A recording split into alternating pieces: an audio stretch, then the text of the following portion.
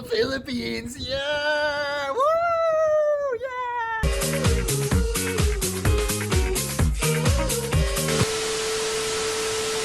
The Philippines is known for so many wonderful and beautiful things, all the way from language Alam ko gutom na kayo, gusto na umuwi at mag-Dota o kaya mag-Facebook. to its culture. Ilog ng mga ulap, hinihipan ng hangin, uni ng mga ibon, naglalakbay sa himpapawid. However, no matter how beautiful the Philippines may be, it is not perfect. The Philippines and its citizens have experienced some form of poverty and struggle on a day-to-day basis, especially now during the pandemic season and the recent typhoon that has struck the country. In order to allow economic growth, the government decided to proceed with the project of the reclamation of Manila Bay. Inspired by the reclamation project Japan has done in the past, with immensely beneficial results, the project aims to add artificial lands and islands by Manila Bay. More specifically in the areas of Cavite and Metro Manila on the east, Bulacan and Pampanga on the north, and Bataan on the west and northwest. Since the program will allow for more space, this would enable for more infrastructure to be built and employment for both short and long term. Although this plan may seem like a good idea on paper, this would have drastic effects for both the environment and the people. Environmentally, this would have a drastic effect in the surrounding area, especially places that are near the mountains and mining sites where the dolomite minerals are extracted from to create the artificial land and islands.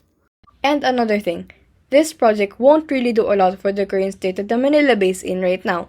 Everyone knows that the bay has been in need of a cleanup for quite a while now, and the fact that it has not improved by a lot really says something. Apart from the environmental effects the program would have, this may also affect the people. The artificial lands may cause unforeseen problems, such as the case in Japan, where the land was found to be unstable. With this, it may be considered as a hazard for the citizens. In addition to that, some informal settlers may be removed from their houses. Most of them would only have the option to be relocated in relocation centers, but that on its own would create a whole new set of risks. Since the Philippines has not been fully cleared to be COVID-free and the recent occurrence of Bagyong Ulysses, the relocation centers may be full and cramped, which would cause an increase in cases. They even promise a compensation of 15,000 pesos for those families that would be affected by the project. Despite that being a decent amount of money, this might not even be enough to cover the needs of big families and for the long term. Theoretically, even if the negative effects would not occur, there would still be an unguaranteed factor that there would be an increase in economic growth. Reason for this is that first, we would need to give an allocation of money for the program, which in itself would mean that we would have a great amount of expenses. Secondly, there is no guarantee that it would benefit everyone unless there would be a partnership of some sorts. However, there could be an alternative way for economic growth.